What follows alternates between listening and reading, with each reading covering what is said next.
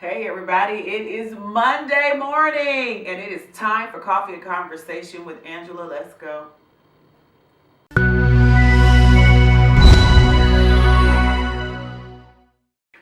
Hey everybody, welcome to today's Coffee and Conversation. Today we're going to be talking about working through struggle. We're going to be talking about that today.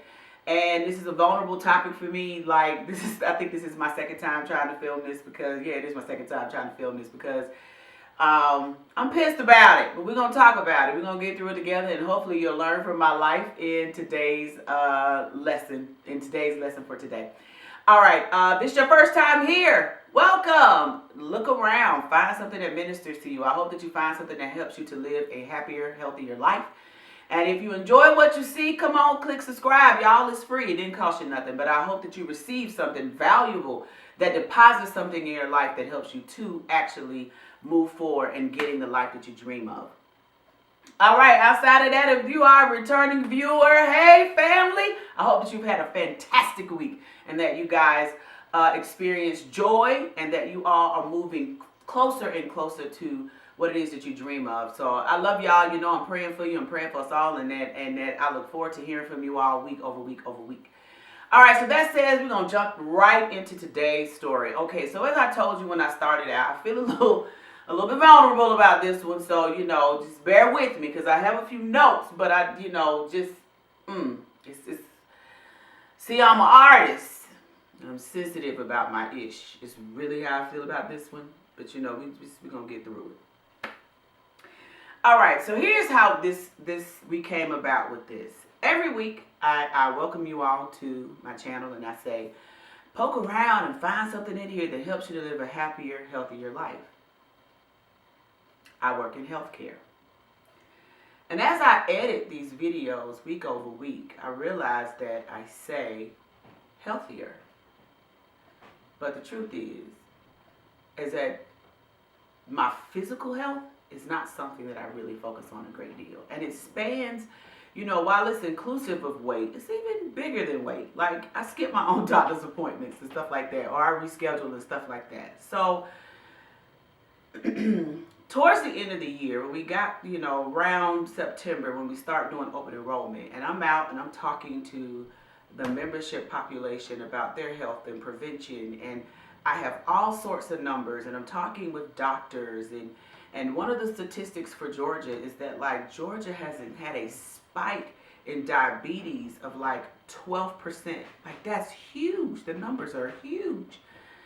And as I report out on all these ailments and illnesses, I feel convicted that I don't take better care of myself. So I decided, around October time, I said, well, I'm gonna do better. She's going to do better. She's going to make the necessary decisions to do it. Oh, but I'm angry. I'm pissed about it, y'all. This is not a beautiful thing. I'm angry about it. See, here's the thing. We don't always get to choose what our struggle is going to be. And y'all know what I'm talking about. See, I do believe that life is about choices, but some things you don't get a choice in. I didn't pick my ethnicity. I didn't pick the curl of my hair, or I certainly would have picked the texture that was kind of wash and wear. I would have picked that kind of texture for sure. Certain things you don't know you get until you have it. Think about relationships, marriage or friendship. Everybody has that friend who you looking like, child, if I had known you was this crazy, I would have passed on you. I would have been your friend from afar, honey. We could party together, but you couldn't be my ace boon coon because you crazy as a road lizard. Everybody that's been married has looked at their spouse, and trust me, they looking right back at you, saying, oh, I didn't know you came with that. If I had known you came with that feature, that your model came with that, I might would have passed on you, baby. And they looking at you saying the same thing. I'm telling you, Jonathan didn't know when he bought this model because I'm fun and I'm lively and we like to have a good time. But he didn't know that she keep an attitude in her back pocket. He didn't know that. He also didn't know that his model came with a whole bunch of goals and dreams. So I always got a plan in the works. He didn't know that either. He thought I was gonna be one of the wives that got married and I don't want to do nothing but raise the kids. No, had he known this model came with a whole bunch of dreams and aspirations, he might would have drove down to the backwoods of Georgia and plucked him up some gal off some country back road. He probably would have did that and brought her to the city, and she'd have been around here and sat, just happy to serve that man a plate of grits with a piece of fried fish. That ain't what he got. Now I cook now. Now he ain't got no problems there. She cooks and she gonna burn up in that kitchen, but everybody, you don't know what you're getting until you get in a situation. I've had that happen with a church. Y'all, we went to visit a church, and I'm way off. We went to visit a church. We sitting on the pew, and by the time the man started preaching and my husband realized the type of preacher that he was, I looked to my right, and the man has gotten the kids, and they are gone. The entire pew is empty. I'm like, well, where did my family go? I get up running the lobby. He is putting the kids in their coats, talking about, we not staying. I said, well, you weren't going to say nothing to me? Like, how you just going to leave me? He said, no, my model came with it. See what his model come with? I said, what happened? He said, nah, we ain't going to stay for this. This ain't a good fit for us. I just, come on, baby, let me see if you coat up, Daddy. Say this ain't a good. Sometimes you don't know what you get until you get it. You accepted the job. You was excited when you negotiated the salary. You was hyped. You was crunk. You went into the job ready. You got in the job and was like, y'all do what? Y'all company does what? You expect what from this other dude? This other dude wasn't assigned in the interview. Certain things you don't know that you're getting with something until it's there and it has presented itself to you. You don't get a choice in what has come. But you do get a choice in how you handle what comes, right? So I didn't get a choice in that I would need to work out in life. Now, I don't know why I somehow thought I was going to avoid that, because my mom and dad worked out every day. I grew up watching my dad. My dad was in the military, so he had to meet weight requirements and running requirements. And so he would go and run, and he would take us to the track, and we would watch Daddy run, and he would be serious. He had that little watch and be like, I got to get my life together because they're going to test me, right? PT test. And I would see him, doing that. My mom, I remember being a little kid. We would go to, I think it was the Kennedy Center down in Southwest Atlanta. We would go down there, and my mom would be out there. I always grew up knowing that working out was something that I saw my parents do, but somehow I thought I wouldn't have to. And that I needed to. I think I was just around too many skinny people. See, I think that was the problem. The people that don't have to work out to be skinny, y'all eating together. I ain't gonna call nobody names, Christy, Camille. Ain't gonna call no names, though. You hang out with these skinny folk, Corey. You hanging out with the skinny people, and they can eat whatever, and they never gain weight, because we eating the same foods. We in college. We eating in the same cafeteria, but it's sticking to me. Like, what? Just pissed about it. Pissed about it, right? So here I am. Yet needing to, when I was younger, I didn't mind so much. I just would work out and go on. But after I had babies, I think I just decided, kind of through with that. This baby, I didn't have kids, I can have a baby belly, right? I think I kind of went there with it. So here I am, deciding to turn over a new leaf, and I'm gonna get myself together before something medically is required and I have to get it together. I was like, let me get myself together, prevention. And as I start to do this and I start looking at it, I realized that I'm so pissed about it. I'm so frustrated with it. That this particular struggle, having this struggle, is irritating for me. See, a lot of times we think that when there's a struggle, or I think when there's a struggle, or there's a hindrance to getting to a goal, we think it might be fear, or it's a fear-based thing. But this isn't fear. I'm not afraid. I'm just angry.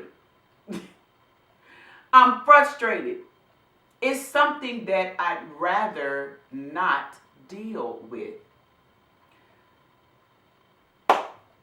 I'm uncomfortable. That's another good feeling word. I feel all those things around this particular issue. So I told you that I have a cousin that is a fitness expert, and he does it. He does fitness for the military. He does fitness. He's a personal trainer. He does fitness. He does all these different fitness programs. He's a fitness model. Donnell Burns will put his information somewhere. Put it over here. Put it over here. Put it over here. And so he's offering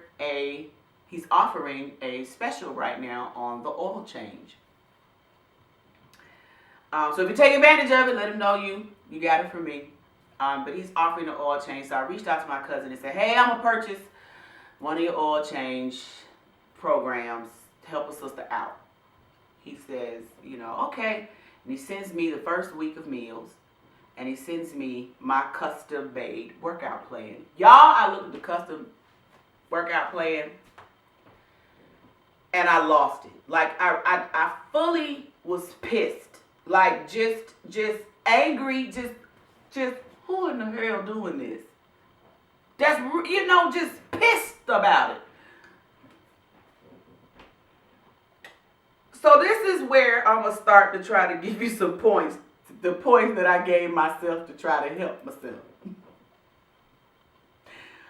Point 1.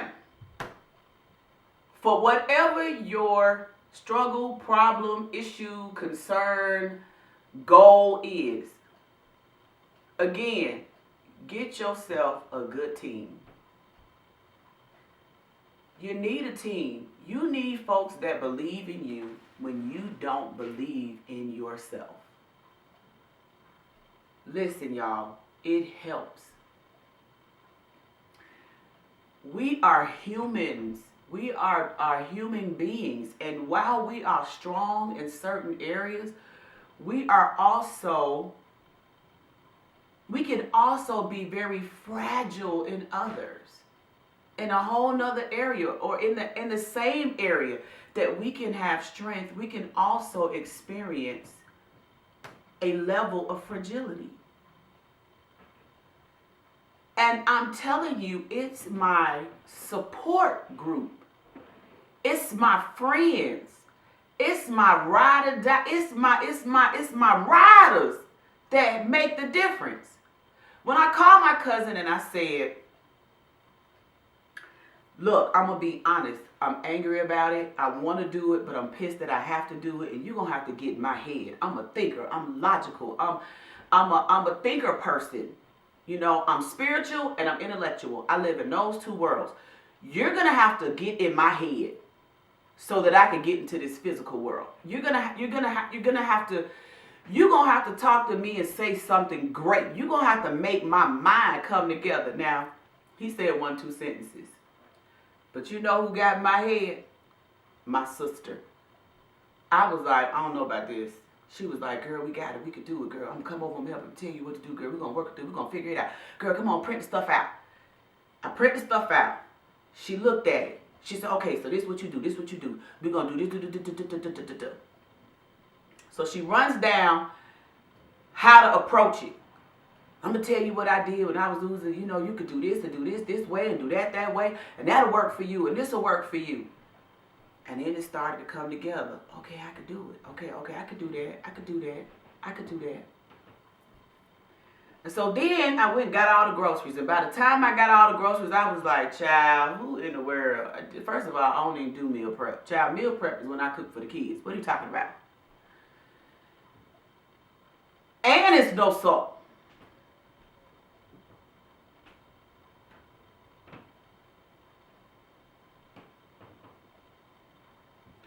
My sister was like, come on, Angela, we'll season this food up. And she helped me meal prep my meal for the first 4 days. And it's like a ton of meals. She helped me prep all the meals. and they look beautiful. They're seasoned well, you know, no salt, but they're seasoned well. And she did a fantastic job, like really just supporting me. And when I needed a break, like when I got sick of it, tired of it, sat down, like I just, ooh, this too much. She kept going. You need folk in your life that when you get tired, they still keep going. And then she kept going, and then about 10 minutes later, I got back up and I got back in it. All right, we back to cooking and putting these meals together. And then she sat down. She took a rest break, and I finished. She stopped. She was like, okay. She helped me over the hurdle. And she would think, okay, you don't have to do that this way. You're making it too hard. Don't make it this hard. Do it this way. Who is your support for your issue? For your goal? You need somebody that's supporting you. And find somebody that can help you. Or you might have somebody y'all can struggle together, because sometimes you need somebody y'all struggle together and y'all laugh together and you get through it if you're struggling together. That happens. But it's real nice when you have someone that has been on the other side and can tweak it and make it easier for you. One, who gonna get in the boat with you? Who's going to help you get there? Who's going to help you? You need someone that's going to kind of pull you along a little bit. You might need 2 or 3 people. And you might need somebody for each area. Because my sister's helping me with the weight thing. But I got another friend that helps me on the dream side. She has all the ideas. Girl, you need to do this. Girl, we need to do that. Girl, we need to. She got, honey. Girl, come on. Let's get this together. You need a team. Who is your team? Who is your rider? Who's your rider? Know who your rider is. Tisa be riding. Grid be riding. They ride. Who's riding with you? Know who's in your vehicle. You don't need anybody in your vehicle that's a naysayer. I took a hamburger bun off a hamburger, and I ain't going to call the family member name because, I just don't want to do that. People might get offended. But they was like, You trying to cut calories? Girl, you need to just eat that burger. See, get out the car. Because you're not helping what I'm trying to do. You're hindering what I'm trying to do. Get on out the car. You may exit stage right. You're not helping. We're going to pull up here on the side and I'm going to let you out, baby. Because I need people that's riding with me that's trying to go somewhere. My next point is, the next thing that I tried to ask myself, and I'm laughing at myself because y'all just don't know how pissed I really am. How do I get to a place of acceptance and embracing that this is a part of my life and that my life has to change? And that, because if you look at it, as temporary, you won't stick to it. But it has to be long-lasting change for me, for my family. How do I really get to the place of embrace and acceptance, right? So as I'm thinking about this and I'm pondering this, y'all, I'm Googling and I'm trying to find some encouraging words and some inspiration. When you in your place, when you in your personal place of whatever, child, them the words mean nothing. You be on there talking about whatever, child, okay, still pissed. Right? So how do I get to that place? What do I need to get to a place of embrace and a place of acceptance and a place where I can function beyond what the limitation is? Where I'm not limited by my anger, where I'm not limited by an idea. Because in my mind, I don't want to have to deal with this, but it's something that's presented itself. So how do I get beyond thinking that this is something that shouldn't be in my world, but it is? How do I get to, okay, this is a part of my world, and how do I fix it? How do I rock this like a boss? How do I get there? Find a goal. The next thing is find a goal or something to inspire you to keep going. I have several trips planned next year, big trips. Several friends are getting married, and everybody's getting married in these really great places. Greece and Antigua and somewhere else, honey. Everybody has something that they're doing next year. Really great, lots of travel next year. And I want to be able to put on a nice bathing suit. And because I want to do that, that's the inspiration. So when I want to quit, I want to give up, I want to say, okay, I'm not going to eat, these meals, I'm not going to do it. I remind myself that next summer, and I got this quote from Tisa. She said, give yourself the gift today that you will unwrap tomorrow. So I'll give myself the gift today. I will give myself the gift of a salad today so that next summer I can unwrap this body in a bikini minus the belly. And lastly, do it angry, do it afraid, do it pissed, do it hurt, just do it. And the reason why I'm saying it that way is I'm reminded of this. When I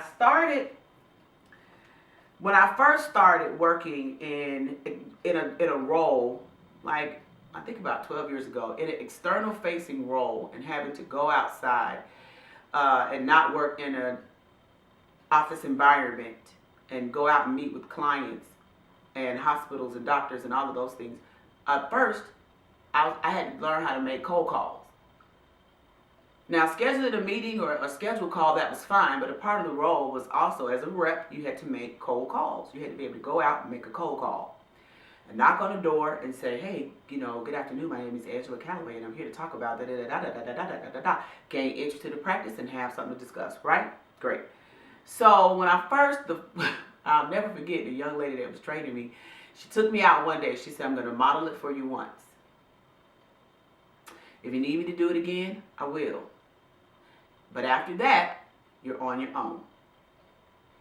And we did about 7 visits that first day. She modeled it for me twice, what should happen. And then for the rest of the day, it was on me.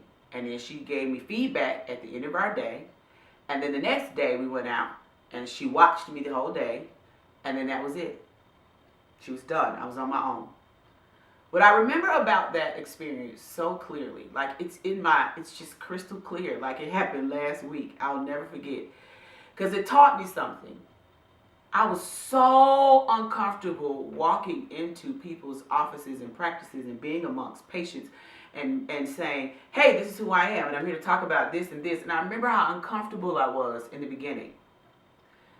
And what was uncomfortable for me is the thing that I became the trainer of.